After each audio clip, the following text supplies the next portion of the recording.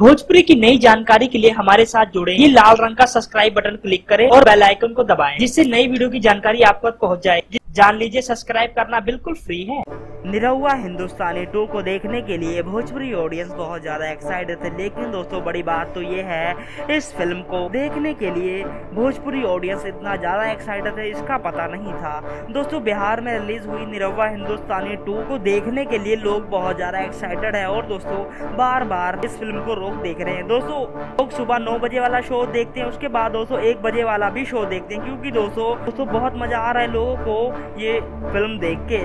और दोस्तों सिनेमा घर के बाहर लाइन की कमी ही नहीं हो रही है निरहुआ हिंदुस्तानी 2 को देखने के लिए। दोस्तों फिल्म निरहुआ हिंदुस्तानी 2 में निरहुआ के साथ अमरपाली संचिता का ये बहुत जबरदस्त लुक हमें देखने को मिल रहा है। और दोस्तों बड़ी बात तो ये है, इस फिल्म में भरपूर कॉमेडी है, जो कि भोजपुरी की पहचान बनती जा रही है। दोस्तों हाल ही में निरहुआ हिंदुस्तानी 1 में कॉमेडी के कारण सुपर डुपर हिट हुई, राजा बाबू कॉमेडी के कारण सुपर डुपर हिट हुई, और दोस्तों निरहुआ हिंदुस्तानी कॉमेडी के कारण ऑल टाइम ब्लॉकबस्टर मूवी बन जाएगी। धन्यवाद।